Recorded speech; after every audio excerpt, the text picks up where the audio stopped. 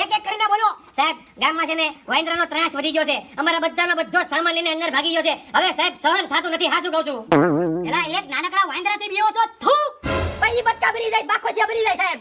તમને સાહેબ મારા કપડાં જો કેવી કટુ મારી સાહેબ. કપડાં ફાડીને ભાગી ગયો. તને મારા બે પૈસામાં લઈ ગયો સાહેબ. તને નો લઈ ગયો હે? એ બધું છોડો. કદમ મારો 818 નો કિસ્સો કેતો આ લોકોને. એકવાર સાહેબે હિપોપોટેમસ.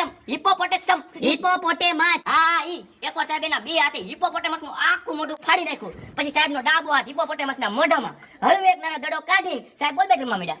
એલા બધી નાની નાની વાતો કદમ.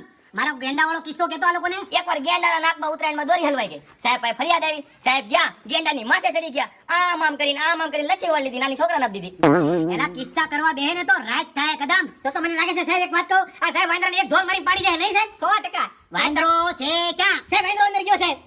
અંદર ગયો. કદમ જી સાહેબ.